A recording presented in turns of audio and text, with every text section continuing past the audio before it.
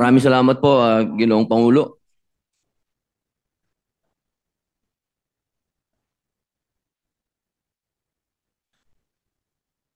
Maraming salamat po, Pinunong Mayurya. Meron lang po akong katanungan sa ating kaibigan, Senator Yes, Bill Gatchalian. Opo. Kanina po kasi ang usapan ay salitang English. Mas mainam po Tagalogin ko.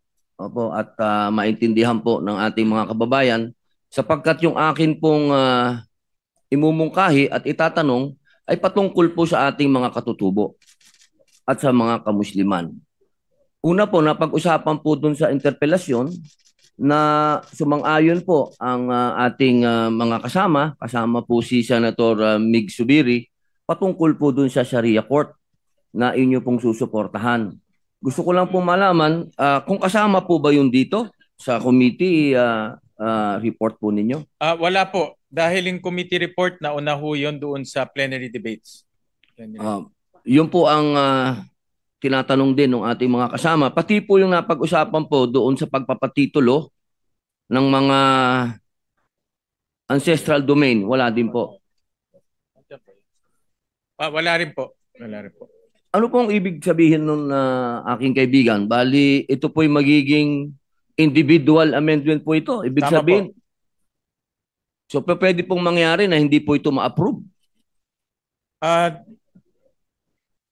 Depende ho sa fiscal space at kung kaya po ng budget. Gusto ko lamang po malaman po ninyo na inaasahan na po ito ng ating mga kababayan na Muslim. Ito po ina-approvean na natin, batas na po ito. Inaasahan po ang Sharia Court.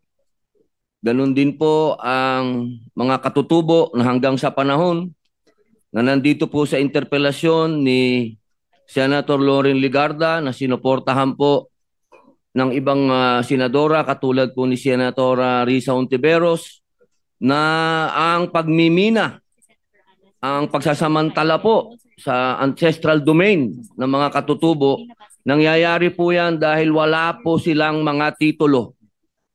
At nangyayari po ang mga rebelyon dahil hindi po alam ng mga Muslim kung saan sila tatakbo dahil ang Sharia Court po ay nasa 2 lugar lang. Maraming salamat po. Ako po personally sinusuportahan ko yung mungkahi ni Senator Robin at yan ay pwede maging parte po ng individual amendments po natin. Salamat po. Maraming salamat. Thank you. Majority Leader. Senator Kiko Pangilinan is recognized. Yes, dadagdagan ko lang yung puntong nabanggit ni Senator Gatchalian at bilang pagsagot doon sa katanungan ni Senator Padilla bilang subcommittee chairman ng subcommittee J, tayo po ang tumalakay sa judiciary budget at doon tinanong ni Senator Robin Hood Padilla yung usapin po ng dagdag na budget para sa Sharia. Tayo rin po ay sinusuportahan yung pagdagdag nung nasabing pondo. For the record, Mr. President. Thank you. Majority Leader. Senator Pia Cayetano is recognized. Mr. President, I share the concern of Senator Padilla, but this is the reality of lawmaking, including the budget process.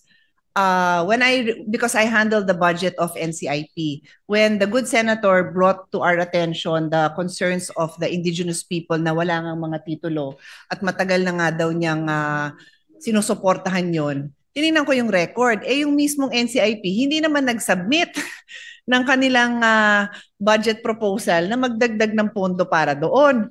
So, paano ko naman gagawin yun na wala man lang submission coming from the agency? At sinabi natin to on record during the plenary debate. So, sabi ko kay Senator Robin na napakaganda nung concern nyo.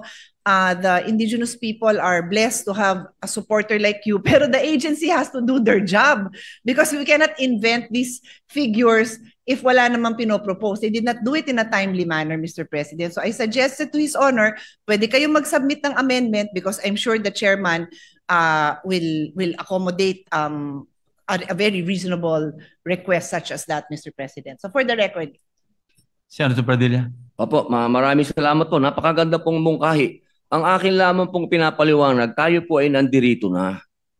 At tayo po ay nakapakinig po sa nangyaring interpelasyon na ginawa po ni Senator Loren Ligarda na patungkol po sa patuloy na pagsira ng kalikasan at ginagamit po ang mga lupa ng ating mga katutubo. Kaya po ako nakiusap na kung gusto po nating marisolba itong kaguluhan na ito, at ito pa po ang dahilan ngayon kung bakit nagkakaroon pa ng mga recruitment po uli ng mga rebelde dahil po dito sa pagsisimula uli ng pagsasamantala sa mga lupa po ng ating mga katutubo. Andito na po tayo eh. Ito nga po, pinag-uusapan nga po kanina, sinabi nga po, nagkakaroon na nga po tayo ng mga malawakang pagpapalit at pagpapaganda ng sistema ng paggawa ng budget. Bakit hindi pa po natin to talakayin ngayon na? Bakit pa po natin kailangan ito padaanin pa sa kung saan-saang butas ng karayom?